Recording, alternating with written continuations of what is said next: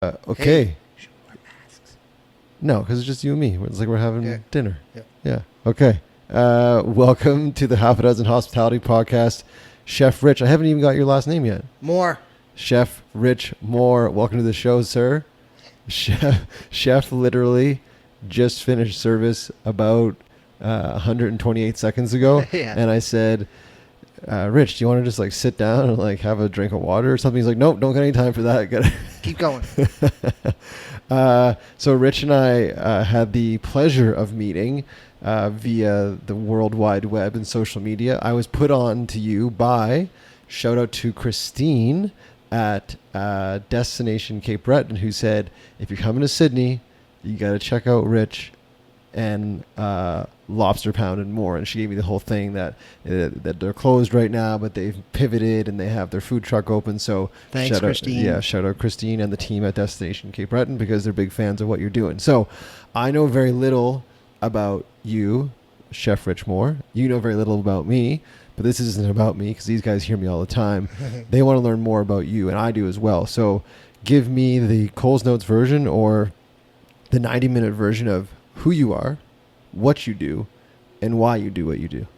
The Coles Notes version. I'm a local boy. I left here when I was 19. Did a couple years in Halifax learning restaurants there.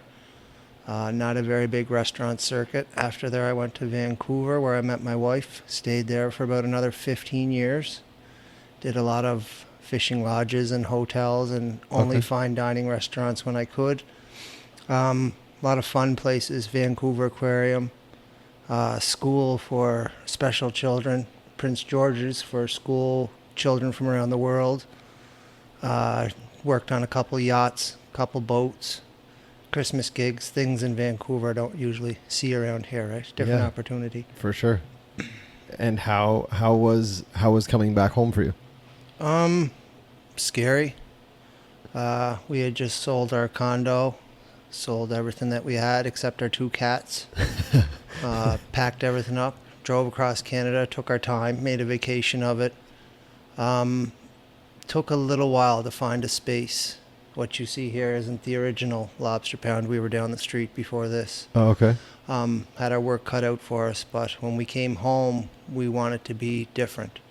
The food here around was kind of repetitious, so we wanted to add something different to the island. And you've done that, no? Yeah, when we had our dining room open pre-pandemic, we were doing a lot of original foods. We try to do the classics. Yeah. Take care of locals, what they like, take care of tourists, what they need and what they're looking for. Mm-hmm. It's a battle sometimes, but the game has changed now, so. Yeah, and has the game changed now in a good way? And I'll answer that question for you, and then you can give me your answer. I think it has because clients that I have, and I do consulting work with restaurants across the country and all over the world, I'm encouraging them, like, if they're going to try something new, now is the time to try it, because what do you have to lose? Mm-hmm. Literally, what do you have to lose? So I'm encouraging people to, to switch the menu up, try a new concept, do something different. Do you see it that way, or do you see this current landscape as more of a chokehold or a barrier, and it's limiting you, or do you see it as this is a great opportunity for us to capture new audience, redefine ourselves, and then we come out of this, we'll be stronger than we were going into it? I'll be totally honest with you. I don't care how much trouble I get in. Your answer is kind of through the eyes of someone in a bigger city with more restaurants. Right. Around here, we have lost our tourism. Like, there's not a steady flow of tourists getting on that ferry right next door. Mm-hmm. So the demand for lobster dishes, the demand for halibut, and the demand for snow crab, fancy, foofy, high-end French fine dining, that's gone. What we have now is a high demand for locals trying to feed their family, Mm-hmm. locals who are not taking a vacation, so they have a little bit more disposable income for takeout. Right. So that's who we're trying to cater to now, is mostly locals who are just looking for something to eat. Right. The demand for dining is there, yes, but the dining room cannot accommodate it right now. Yeah, like you're saying, the physical space here, the Yeah. way it's set up, it limits you in regards to. We're kind of shaped like a horseshoe now, as you can see. So Yeah. if we went down to spreading tables out, it's not really worth it. It wouldn't be worth opening the doors up. Yeah. no. But we have plans for mid-September. Hopefully, Nice. something will go on. But I'm sure. I'm sure. You know, Yeah. it's bound to happen, and I think what you guys have done to date, anyway, with using the asset that you have with your food truck and your food cart has been. yeah, that was purchased in the off season pre-pandemic as well. Yeah. That was supposed to be for all the tourists that couldn't get in the restaurant, Yeah. right? All Yeah. the locals who have people from visiting from away and didn't have a reservation and needed something that day or that week, because usually last 2 weeks of July, first 2 weeks of August, we're booked. You're waiting 2 weeks to get into our restaurant, but this year there's no demand, so it's everything's food truck. Yeah. And how has that been for you, as like mentally, emotionally, spiritually? How are you dealing with that? We didn't shut down for the pandemic. We got the notice, I think, Tuesday afternoon, and Wednesday afternoon we started takeout. Mm-hmm.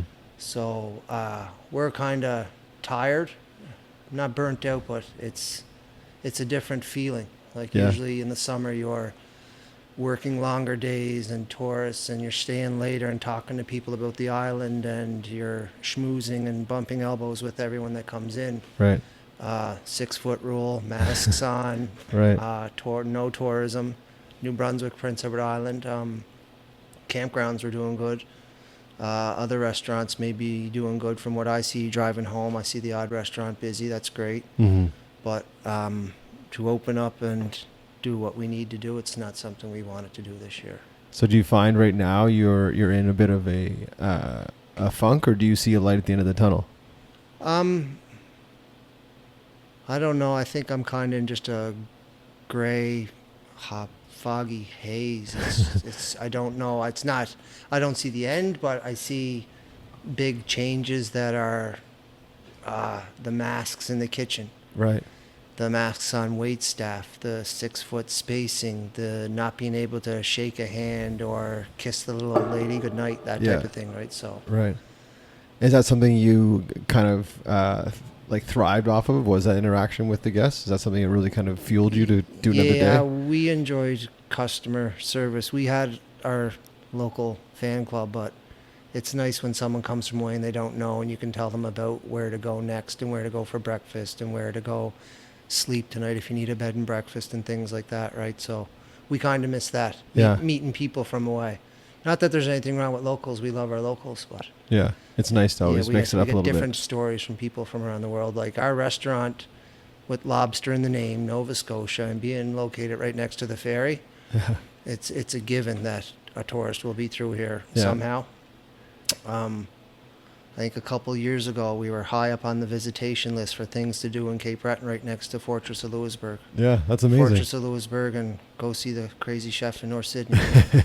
But yeah, we kind of miss people, talking to people from around the world. We had a lot of Germans in the past year. We had a lady from Nunavut who would come and see us 3 times over the past 5 years. So Oh wow, it's so special. yeah, They'll be back. They'll be back when they're Yeah. allowed to come. We Yeah. have a standing reservation with a lady named Susan Berry. Shout out Susan. Yeah, she's in Ontario. She was all excited to come this summer, but her vacation got canceled. But we'll see her again. Yeah, definitely. Do you feel like, and I actually did a podcast on this a few weeks ago where I called it creating versus coasting. And creating is like every day doing something, moving your body, getting emotional, getting inspired, and creating something. And coasting is coming in, doing the bare minimum because you don't have to create. And when I look at this property, I'm reminded of that theory of creating or coasting. And I think it would be so easy for you and your team, let's just say when things are normal again, because of your location, because of the room, because of where it is, you could very easily do subpar fish and chips. You could do an okay lobster dinner, right? I couldn't go to sleep at no, night. I know, and I can tell that because of who you are as a person, and that inspires me, and it should inspire others to, if they haven't been here, to come check you out, whether at the food truck or when things get back to quote unquote normal. It's so easy to like rest on your laurels when you're at a place like this. You've been to restaurants like that when they're close to a museum or they're next door to a park. They can just do crappy things, crappy service, crappy food, and they get away with it.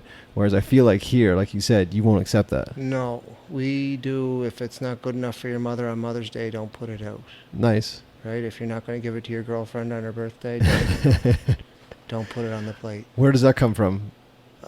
Just training in Vancouver. Yeah? The places I've worked, right? I mean, I've been to places where I know what you're talking about. Just slap it on the plate and send it Yeah, out. just and coasting.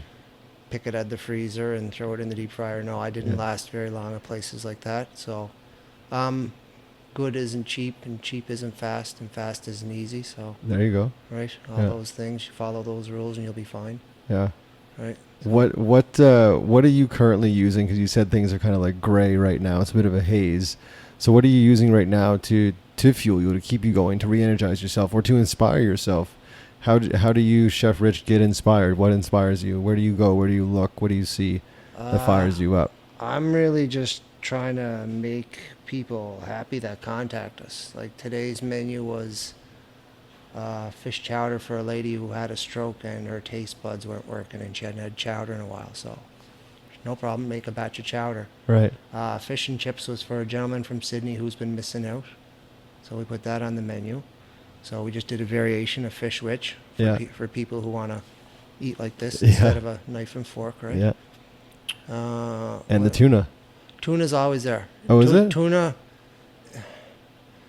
is something that's not really going well with locals on the menu in past years, but now that it's pandemic and Yeah. they want something different and they're trusting our other different things, they're trying the tuna. See, this is what But I I was won't saying. they can't order it well done.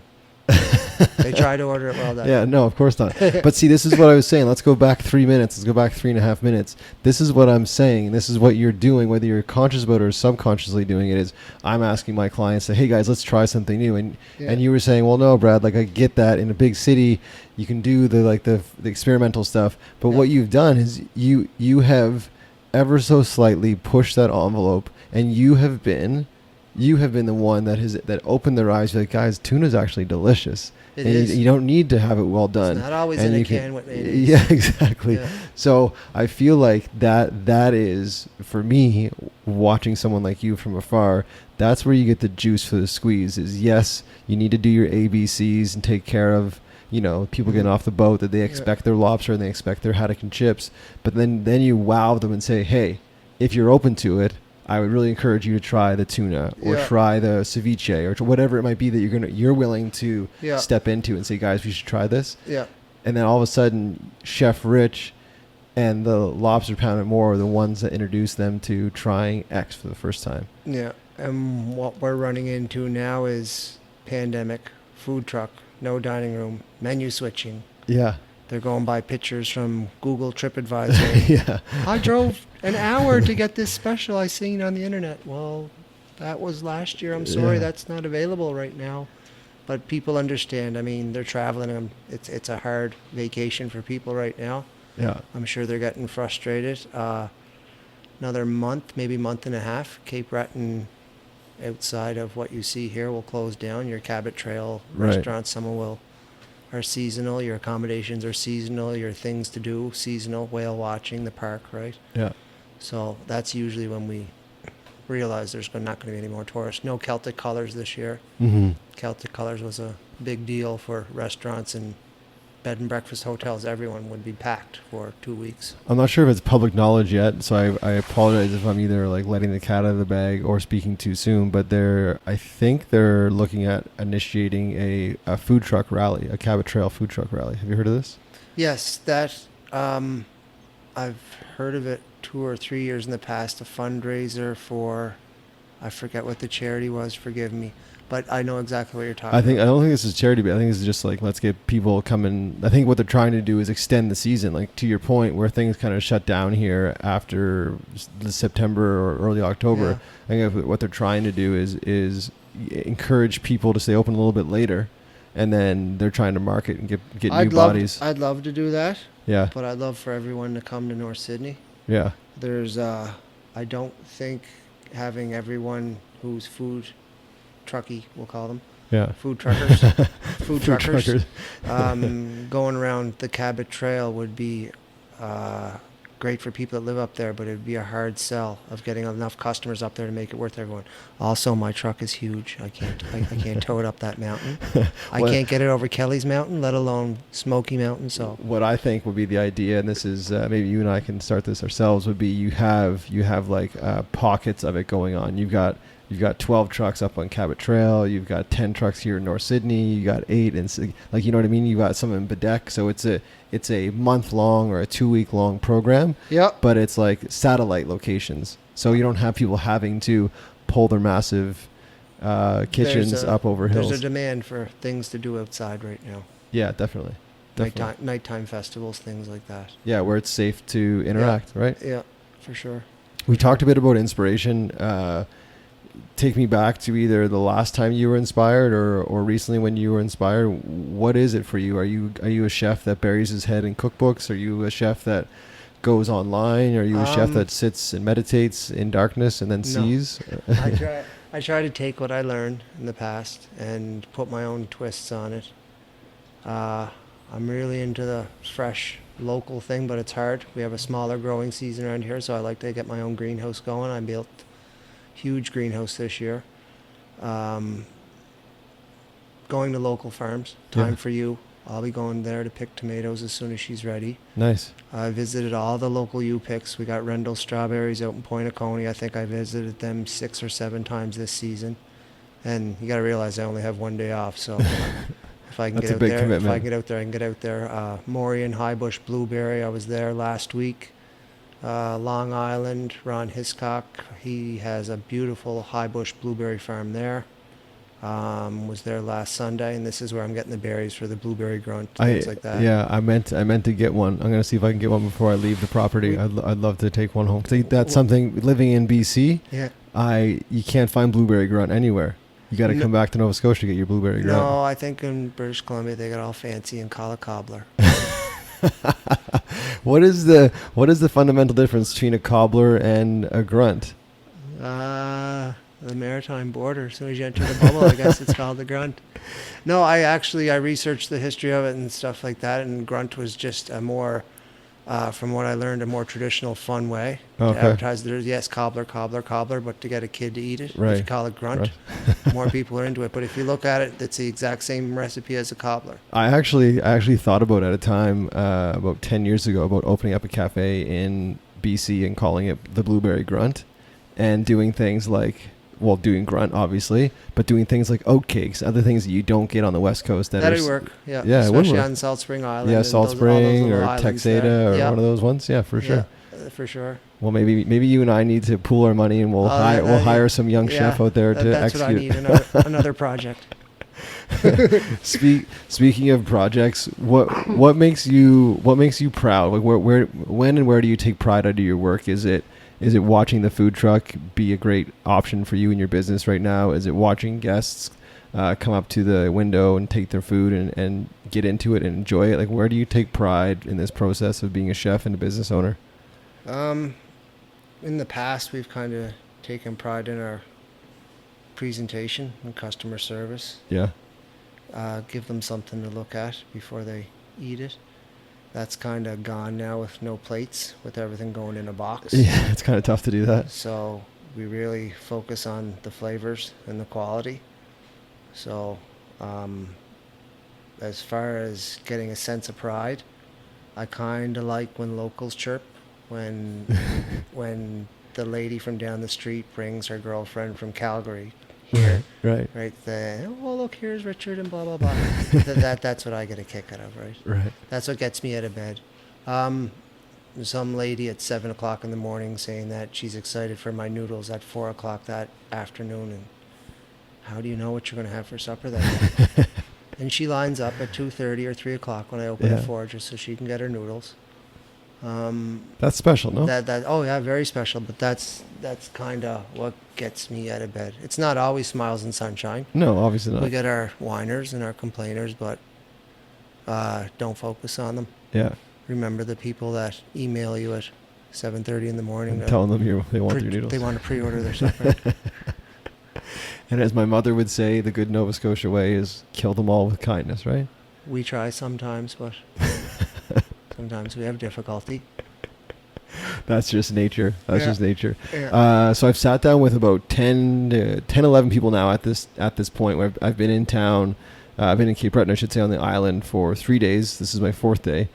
Just arrived to Sydney, but everyone I've sat down with, I've asked them a favor, and I'm going to ask you the same favor. I need a favor from you. I need you to finish this sentence for me. Uh-oh. Cape Breton is... Home. And what does that mean to you? Well, this is where I grew up. This is where I came back to. Probably where I'll finish. I may disappear for a year or two to Europe or Japan. Yeah? I get permission from my wife. Before I die, it's on my bucket list. I have to cook in a restaurant in Japan. I have to cook in a restaurant in France. Oh, okay. Even just wash dishes, peel onions. Yeah. I don't care. Fold wontons. I'll do something. Yeah. What about those places is intriguing to you? Just being a stranger in a strange land. Yeah. Right? Like not knowing the ingredients, not knowing the language, not knowing The process. the menu, not knowing the equipment. Mm-hmm. Because who has worked on a teppanyaki grill or Yeah. giant smokers or whatever weird processes they have in France and French pastry kitchens and things like that. Right? Yeah. That's what I want to see. There's little bits of it across Canada, but to really see it, you have to go to where it comes from. So. That kind of takes me to the idea of mentors and mentorship. Is there anyone that is dead or alive or local or not, male, female, that you look up to that's doing something right now where you're looking from afar going like, ah, man, they're doing an awesome job, or I really respect what he or she is doing? Is there anyone top of mind for you that you you look to be, again, a bit of an inspiration or a mentor to you? There's a lot of little cooks I started out with. Okay. One would be Chris Whitaker. Yeah, I know from Chris. From Yeah. Thunder Bay originally, but he's big on the circuit in Vancouver. Yeah. O'Doul's, and I worked with him at Hotel Estelle, but he was kind of the first friend I made Yeah. that took the little maritimer boy and explained the city and hotels and working in a union and the proper hierarchy of a kitchen. And this is Karuna, he's head of the dishwashing team, and then we had Chun, who's in charge of vegetables and this and that. And so in a big hotel, when you walk in and you're just a little kid from the Cape East Breton Coast. and, Yeah. looking for a place to live and let alone work. Yeah, Chris Whitaker. Cool. Yeah, that's who I remember. He's Chris and I have gone back and forth. We'll get him on the show. We haven't arranged it yet, but we're trying to figure it out because I think he'd be a great guest on this podcast as well. Oh, yes, he would. Yeah. I remember his rings. He has rings. He spins when he gets mad. Yeah, little ring. Chris would always spin his ring. With the idea of traveling and getting uncomfortable, how often do you seek that out in your life? I mean, that not a lot of people want to go and swim with the sharks, but it sounds like you want to swim with the sharks. Why is that? I'm not after a challenge. It's just something that I miss. I miss the circuit of Vancouver. I miss Right. Japanese and Chinese, East Indian, Pakistani, every culture and nationality in your kitchen. Learning different curse words and different languages. Right. Learning a curry that someone's grandmother made them. Like Right. things you can't learn in a book or in a class. To have like someone teach you over and over again what their family taught them. That's what I kind of miss. Picking up little tricks and little kung fu from the different cook pool, I guess we call it, of Vancouver. Yeah. Right? Yeah, it's a very diverse industry and a very cool city. I miss it, but yeah, at the same time, part of me coming home, I'm reminded of just like how awesome this province is. And well, it makes you appreciate here a bit more, and you understand the pace of life, I think, a bit more. yeah, It'll take you a while, but realize I think there's maybe 220 restaurants in all in Cape Breton, and that's including your Tim Hortons and your franchises. oh no, Now, 220 on each city block in Vancouver, right? I think there's 2,600 total Lower Mainland. yeah, That's probably Lower a little bit. Mainland. Yeah, That's not North Vancouver. That's not out in yeah, Richmond. yeah. So it's a different ballgame. Is there any other cities? You mentioned spending time in Paris. Mentioned spending time in I think you said Japan. I'd love to. Any other kind of hit lists of cities? Like Chicago is a killer restaurant city. New York's killer. That's killer. Spain is known for having some of the world's best restaurants. Italy, New Zealand is now coming on the map. Australia. Anyone else? Any other country or cuisine that you're super intrigued by? No, because throughout my career, I think French has been the most documented, the original. Yeah. Let's write things down and make a science of this. And Japanese cooking to me, it kind of is a cross between discipline and almost religion. Yeah. Like the shaming of themselves and the religious process of sushi and the rules to follow, things like that. So that's something that I admire in cooking. Mm-hmm. I mean, nothing against Chicago and New York and all the flashy chefs and the big steaks hanging in the window. That's great. Right. Anyone can make $150 piece of meat taste good. Yeah, I hope. It's the $1.50 pieces of meat that I want to go and eat in Japan, right? Yeah. And in France, the beef tongues and the hearts and the offcuts, we'll call them. Yeah. That's something I'm after.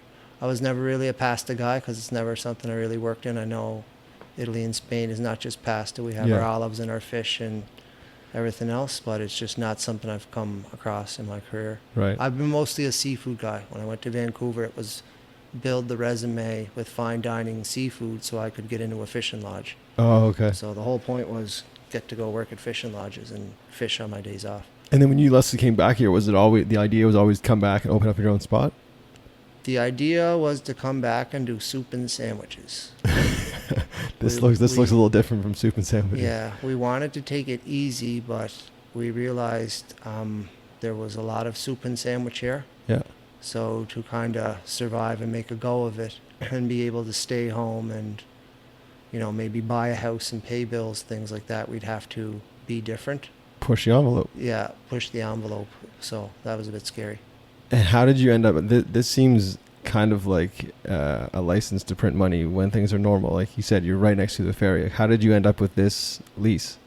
Well, the last space was getting worn down, and our regulars that we didn't really know what they did came in and said they had a space and who they were CME, would you like to move in? But what you see here is not what we moved in. No, we moved into the old war restaurant, which was called the Waterside, minus all the equipment. So it was bare walls. Okay. No toilets, no plumbing, bare floor. You can see it all on our Facebook page, but it took a while, and that was hard. Yeah. Permits. If that was being done during pandemic, that wouldn't have happened. It would have sunk it right away. Yeah. So CME had a space that they needed someone to do something worthwhile with, and this is what we gave them. We showed them our ideas, so they were behind us. For the listeners that aren't from here or maybe aren't privy, what is CME? Canadian Maritime Engineering. It's a large, I guess I would say, ship remanufacturing, refurbishing. Okay. Large research vessels, military ships, things like that. They'll sandblast them, refix the sonar, gotcha. paint jobs, rewire them, things like that.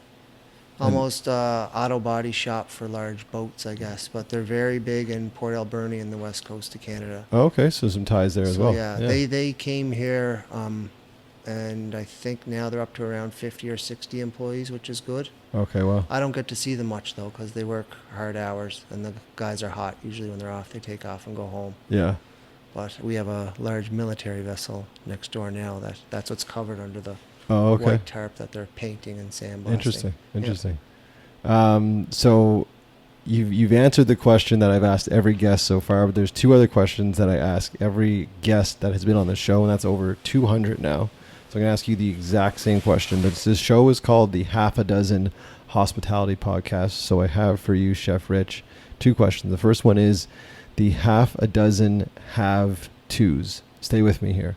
I need from you 1 to 6 items. You can do 1 or you can do all the way to 6 of things you've experienced in your life that you feel like the listeners have to experience. Can be food related or not.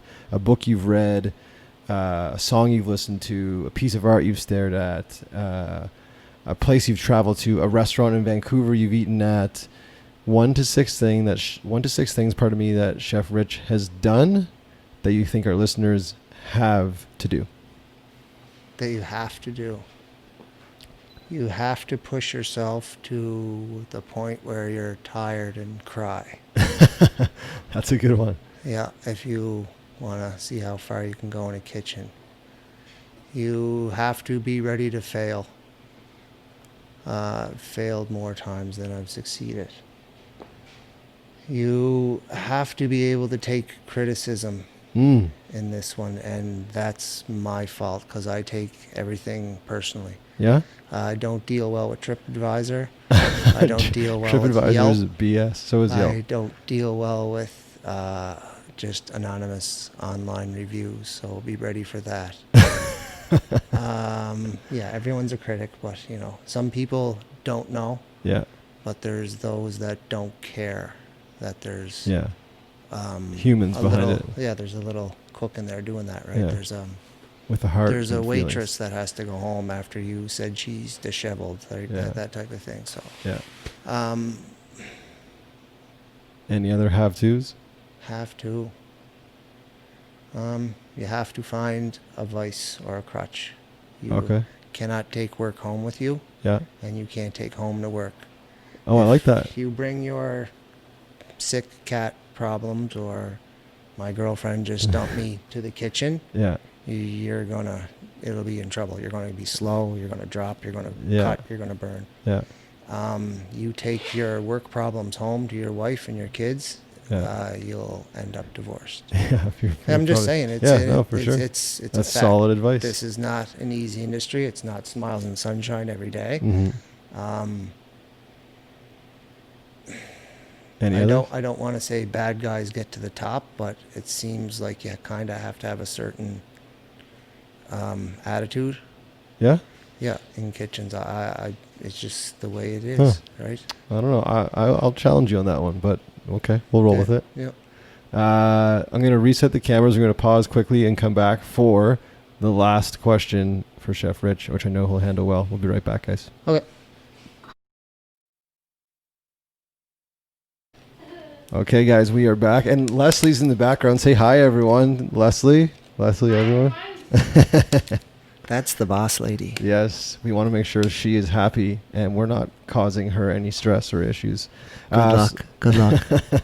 So before we hit pause, we covered off Chef Rich's have-tos. Now I have the second question, which is the half a dozen haven't yet. And we've already kind of covered two. You did it before we knew this was a question. You talked about going and immersing yourself in a kitchen in France or going and immersing yourself in a kitchen in Japan. What else haven't you done in your life that you want to do? It's kind of like a bucket list, if you will. That's the learning. That's France and Japan. That's learning. Top of the list. list. I want to teach. You want to teach? Yeah. Not necessarily little kids, but at that age where what am I going to be, like grade 9 or 10? Okay. When you're figuring out, are my grades good enough for college? Right. Am I going to have enough money to go away, that type of thing? Because this is Cape Breton. We have not the greatest economy here.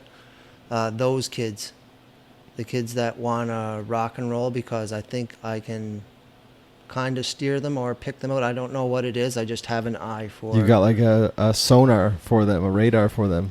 I don't know. I just want to do that. Kind of steer a kid, saying not everyone is college, right? Yeah, no, for sure. Some kids have to start off as a dishwasher, that go to a cook, that go to a sous chef, who meet a wife, who move home and open a restaurant and this and that, right? Not everyone fits that mold. I really, really, really liked charity work, and I never thought I would. The whole feeding seniors thing during the pandemic. That was probably more rewarding than fishing in the Queen Charlottes. Oh, wow. So somehow do that again. Yeah. When the pandemic lifts, whether it be with that trailer going places, something like our Bib Fest that we missed out on this year. Yeah. Your Cabot Trail food truck relay. Yeah. If we turned it into a traveling circus and did each little town for so cool. a 7-day stint, or even 2 hours over a weekend. Something my friend Jimmy Donato at Commercial Street Deli and I have planned is a fundraiser. We're going to go 24 hours straight.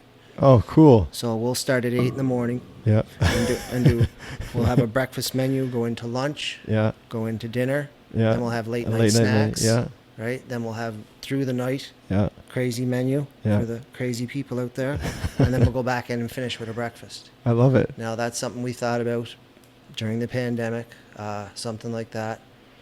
Rib Fest was supposed to be a go this year, but Yeah. we'll get that next year. I'll come back for the 24-hour thing. Heck yeah. You know what I'll do? I'll cut onions for you. I'll peel onions for you 24 hours. I'll do that for you. Yeah, that's a lot of onions though, 24 hours. You haven't seen me work. I'm pretty slow. So. How busy can it be? There's only so many people that live on this island, right? Yeah. They all want chicken burgers and stuff, so I'll be okay. Help me understand the last time you ate a meal and felt truly inspired. Oh, that's easy. But that was like the first time in a long time. 2 nights ago was Leslie's birthday. Oh, happy belated, Leslie. She's back there somewhere. 28 years. We had the privilege and the coincidence of Sean O'Connell, a local media guy, Boombox Media, wanted to do a media release and a concert. So he and a musician sat over in the corner and played live music as myself and Leslie and another couple just sat around. There was another couple before us. The 6 of us sat out on the dock and had supper. That's something that hasn't happened in a while, right? Very cool. Usually Leslie and I live off of mac and cheese and frozen pizzas because when we get home we don't want to cook. Yeah. But to have people over and crab and halibut and vegetables from our greenhouse and healthy things, and we had French fries, that's okay. That's probably the last inspired meal because I got to cook with Jimmy, put the love and effort into it because it's for Leslie's birthday. It wasn't just, go grab a chicken and pasta salad. It was go get the crab, go pick the beets, go pick this, made pesto, blah, blah, blah, blah, blah. There was a very important why for you that night. Yeah. I have no problem putting the effort into when I know someone's going to love and enjoy it. Yeah. No problem whatsoever. Well, I can say as someone who sat here through the window watching your guests, your customers line up, they love it as well, and I know that you care about them as well, and you put a lot of care and thought and preparation into what you're doing for them. We'll get them back in the dining room soon. Yeah, you will, definitely. See, the last place had an open kitchen, and I think they're missing that. They like to see me work hard and yell, and get frustrated and get upset. What does that look like for people that are listening from out of town, haven't been in yet, or from town haven't been in yet? When you're running a service, are you the Gordon Ramsay, or are you the... I try not to be, but sometimes it comes across that way. Yeah. In kitchens, you're going to have to learn the difference between being yelled at and yelled to. Right.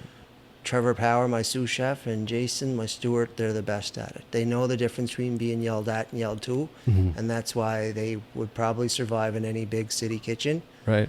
Yelled to is, get the milk. Yeah. Yelled at is, get the milk, you idiot. Like, you should never yell at someone. Right. Yelling to is, you need it fast, you need to speak loud. Yeah, you're There's emphasizing. equipment. Yeah. Your math in the back of your head, ingredients in front of you in a pan about to be lit on fire. You don't have time to. Trevor, can I please have the may milk? I speak? 2%, please, Trevor, when you have a sec. There's no time for that, and he understands that, and I can take it from them. Yeah. Because I understand that. Yes, he's about to drop something. Yes, he needs to get something in the oven. Yes, I will go grab him a rag or whatever he needs. Right. Yeah. So that's just how it works. You give and you get. Yep. Give and you get. Yep. Push and pull in this industry. Totally. I want to say I haven't yet, and I should at the start of every podcast, and I try to, but I haven't yet with you. But I want to say this quickly that I'm a big believer. The most important and valuable thing that we have in our lives is time.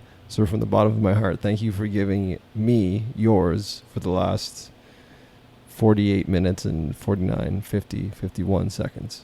Oh, you're welcome. I appreciate it. I know that the listeners are going to take a lot from this chat, and I'm sure we could actually do this for probably a few hours and just kind of shoot the proverbial SHIT. You want to talk about food and restaurants, I'll go all night. Don't ask me about politics. Don't ask me about sports. Don't ask me about, I know rocks and I know gardening. There you go.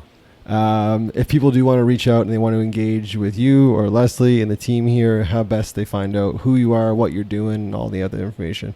Facebook. Same as everyone else. Check us out through Facebook. If you can't get the answers to your questions on Facebook, just give us a call.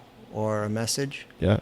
Try Yeah. not to message us in the comments section or we won't see it. Right. Just the way it's set up with a business page. Yeah, or give us a call. With Leslie and I, no staff working out front right now, we kind of miss the phone. Yeah. So we do what we can when we're here in the daytime prepping, but once the window goes up on the trailer and we're cooking, Heads are down. yeah, phone's off. Yeah, for sure. Well, guys, if you are in the Atlantic bubble right now, I encourage you to make the trip. Come and support these guys. What they're doing, the food is incredible. And when things go back to normal, which they will soon, I'm confident. Find yourselves a reservation, because you'll need one probably. Yep. To get yourselves a seat at a table in here and enjoy an exquisite meal. And if you can, maybe peek your head in the kitchen and see what Chef Rich is up to. Maybe he's yelling to someone, not at someone. Smiling and spreading joy. There you go. Any other words of wisdom, Chef, before we sign off?